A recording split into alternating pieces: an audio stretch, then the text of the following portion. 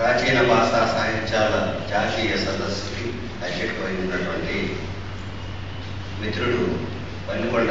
ఆచార్య పల్లికొండ ఆపదరావు గారికి, అలాగే ఈరోజు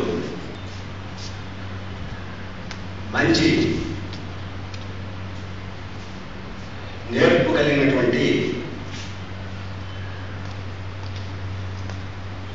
ఈ సదస్సు సంచాలకుడు జర్రా అప్పారావుకి, అలాగనే తెలుగు శాఖకి ఎంతో సేవలు అర్పించి పదవి విరమణ తీసుకోబోతున్నటువంటి ఆచార్య పరశురామ సుబ్బారావు గారికి, ఇక్కడ చేసినటువంటి ఆచార్యులు సుదర్శన్ రాజు, సింహన్న, మోహన్ రావు,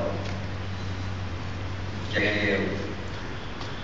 దత్తాత్రేయ శాస్త్రి గారు, జార్జ్ విక్టర్ గారు,